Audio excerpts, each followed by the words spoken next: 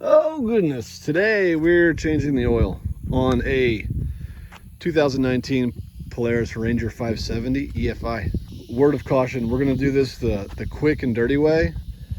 I have not washed this vehicle properly. You should wash every single part of your vehicle before you do it. I only washed where the oil filter goes and the undercarriage where the bolts are.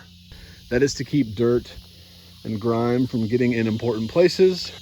I highly suggest you get the tools, you get a filter wrench, you get a torque socket wrench, and do this the right way, do it according to the manual. This video is mainly just to show you the key components, where you need to go, what you need to do, and how easy it is. Really the only things you're going to need are oil and a filter, which I get in this PS4 Polaris branded oil change kit. This is a little more expensive than just buying oil and filters yourself, but it's easy. Something worth mentioning is the crush washer. When you put the plug bolt back in, you have to put a crush washer on it. As of September of 2020, these kits come with this crush washer.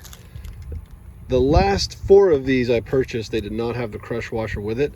And if you're buying your own oil and your own filter, you're gonna have to buy this separately. Don't forget it, this is an important part of doing this. And I'll go into detail on how to put this on in a second. So in this kit, you get your oil filter and 2 bottles of oil. That's really it. Kind of a ripoff. I like using Polaris branded stuff though.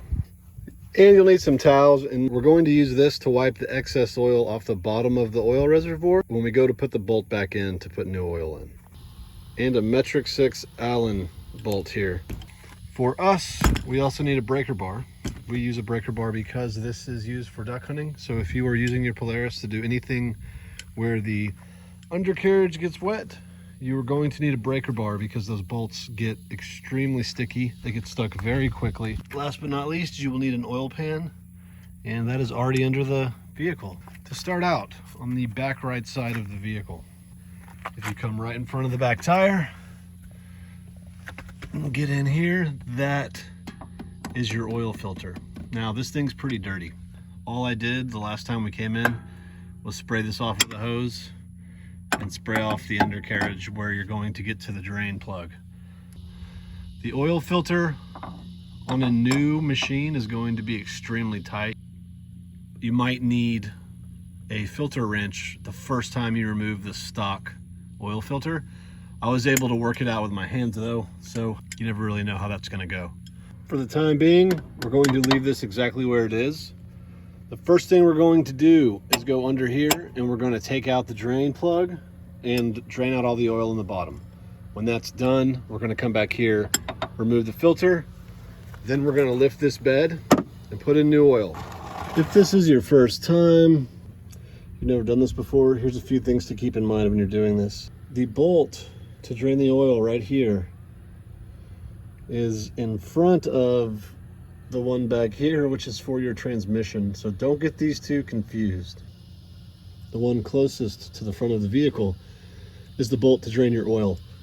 If you go back here and open that one, that's gonna drain your transmission fluid, whole different ball game. So I'm just gonna put this in here, and I just wanna get this loose because I'm really gonna have to crack this thing.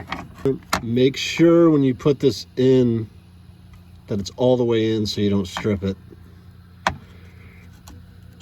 There we go. It seems a lot easier than it actually is because of the leverage you get on this breaker bar. These things are great. Now that I've gotten this bolt loose, I can just unscrew it with my fingers. So here we're going to make sure your oil pan is lined up with that bolt. And then we're going to get our hand out of the way as much as possible and pull it away.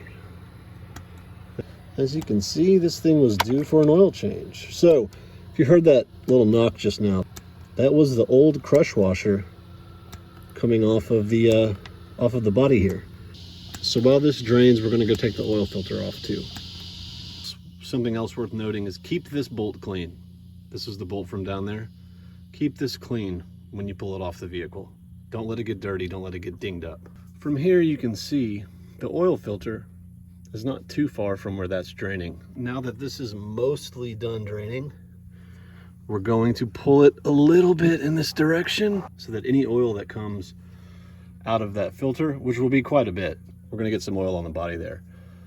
So now with this pulled, we can still catch the drippings that are coming out of the oil reservoir, and we're also going to catch most of the drippings that come when we unscrew the filter. First, get any dirt, dust, get anything off of it that might prevent you from getting a good grip on it. Obviously, this is if you don't have a filter wrench, which honestly, I have one. I've just never needed it for this. On these filters here, they have these little dents. I just get a good grip and start going counterclockwise with it. As you can see, it's slowly starting to turn, and now it loosens right up. Without a wrench, this will probably take you a while of really getting a good grip on it and turning it, and you'll just feel very small movements, but eventually it'll come off. What I want to do is I want to get this off as quick as I can and get that side up, because that's where all the oil is going to come out. So we're going to unscrew it. You can see the oil already coming out, going into the pan. And there's a lot of threads on an oil filter. If you've never done this before and don't know that, it unscrews pretty far, got it? And you can see that oil in there coming out of it. Some people prefer to not let that happen, and they'll put something in there to catch it. I don't really worry about it, just because this thing sees so much water. The more oil I can get in there, the better. That is what you're going to be looking at once you get the filter off. Getting the bed up is very easy. Put that latch up. There you go. And that is our oil cap right there. Just screw it like half a turn counterclockwise. At this point, the oil system has 3 holes open. So there's no pressure in there. All the oil can drain, and we're gonna let that drain for about 10 minutes, and then we're gonna come back, cap up the bottom. We're gonna put a new filter on, put new oil in, and we're good to go. We are ready to do this. An important note about this crush washer. If you look closely, there's a sharp side, and then there's a beveled side. It's very slightly beveled. You want the sharp side of this washer facing up on the bolt. The sharp side, the flat side, you want the flat side of the washer, which I call the sharp side, going up and being against the body of the vehicle. Also, before you put this on, make sure this thing is very clean. Make sure there's nothing in between the washer and the bolt if you can. We're gonna take the bolt with the flat side up, put this bolt back in to its home. And this is when we're gonna use our paper towels that we mentioned. You want to get in there and make sure there's no debris or mud or grass or anything there on the body. You want to see that shiny metal surface area so that this washer has a nice clean contact point with the body. We're going to take our bolt, remember sharp side toward the body. We're going to screw it in by hand and get that to the right setting. Now, I'm not using a torque here, but you absolutely should always use the torque. I'm just used to the setting at this point. I've done this so many times. We're good to go here. We're going to put on the new filter now. New filter going in.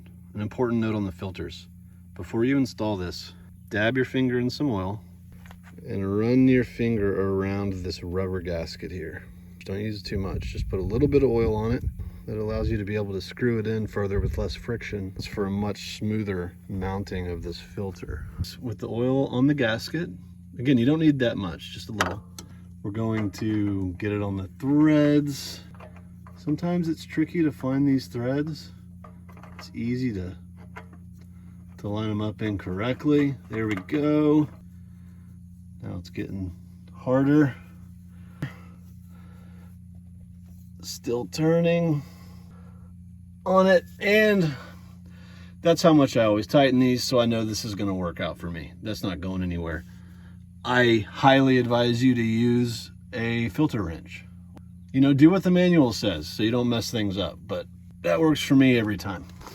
Because this is, again, the quick and dirty way. So now all we've got to do is put new oil in and we're done. The Polaris kit comes with 2 bottles of oil. You put both bottles in. An important note here is pour slowly so that it doesn't back up and spill everywhere. The first time I did this, I poured too fast. Oil started overflowing out of the engine because I wasn't giving it time to go into all the nooks and crannies it needs to. Again, this is the quick and dirty way. You should use a funnel. Use a funnel. This is so stupid. Get the cap on there. That is it.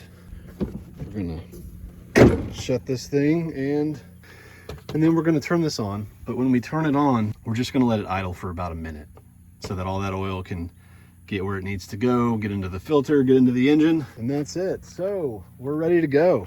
It only takes about 10 minutes. It's easy to do. Don't do this without the proper tools, again, unless you really know what you're doing. So for me, it's just easier and faster to do it the way I just did it. I advise you to use tools. It saves you a trip to the dealership and saves you hundreds of dollars. So thanks so much for watching.